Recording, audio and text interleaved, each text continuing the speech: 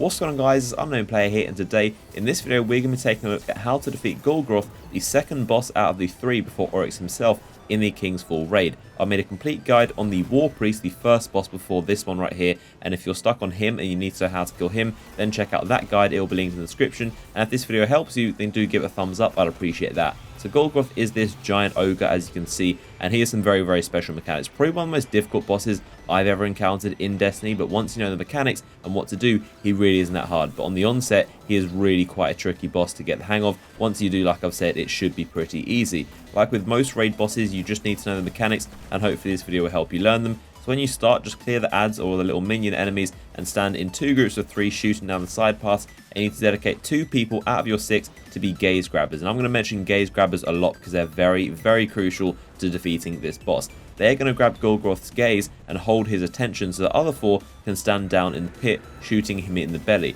The 4 people down the bottom don't need to worry about him stomping you or slamming you or eye blasting you. He's never going to do that, while the 2 gaze grabbers have his attention, so you're fine being at his feet. Only if one of the gaze grabbers messes up and doesn't grab his attention properly, then he might stomp you, but obviously you're not supposed to be doing that. The only thing you need to worry about on the bottom is thralls. The 2 gaze grabbers need to be really accurate and really good with multitasking, because it's a really hard job, and you also need to be good at communication, because the 2 gaze grabbers need to be counting to each other. So because of this, you need to make sure the 4 damage dealers only talk when it's important, because communication is very, very important, and they need to be able to hear the countdown. They need to be able to talk to each other about what's going on. So you'll see in the gameplay, I was one of the gaze grabbers, more console is the other, and we're both at the top, we're opposite each other, and everyone else is in the pit. The 4 shooters on the bottom need high impact snipers, so pick your players that have high impact snipers. Preferably they make them a lot easier, and the best sniper you can find is preferably one that has the high impact bar than the rate of fire bar. Look for a sniper though the impact bar is a little bit bigger than the rate of fire, and that indicates a high impact sniper. So 2 gaze grabbers need to stand opposite each other, grabbing his gaze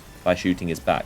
Only the 2 gaze grabbers need to shoot his back, because that is how you get his gaze on you, and that is the only people that are supposed to be shooting his back. Everyone else needs to shoot his belly when the time is right to do damage. So the gaze grabbers need to hold his gaze while counting down and shooting the seeking orbs that come from his belly that will seek the person who has his gaze currently. When your countdown is at 5 seconds, the person opposite needs to grab his gaze by doing the same, shooting his back, and you're basically turning Golgoroth back and forward. You're literally swapping his gaze back and forth between you opposite the room, and you don't have to worry about any adds at all, because the only adds that spawn are a few thralls on the floor that obviously the 4 have to deal with, but the gaze grabbers don't have to worry about any adds unless you mess up. If you mess up and you don't grab his attention properly, then he's going to slam the 4 on the ground and there'll be adds everywhere, and it makes things messy. So that's why it's important the grabbers have good communication and they're counting down, so they make sure they do not mess up grabbing his gaze and they swap it perfectly. So when they're swapping his gaze and turning him back and forward, they need to turn him in the direction of the orbs that are on the ceiling. The 6 orbs, and those are the ones that obviously drop and they give you damage to be able to shoot him in the belly, and the 4 guys on the floor will be shooting those orbs to make them drop, standing in the pools that they create, and then damaging him in the belly. That's the main idea. The 2 gaze grabbers need to be doing this while rotating around the room,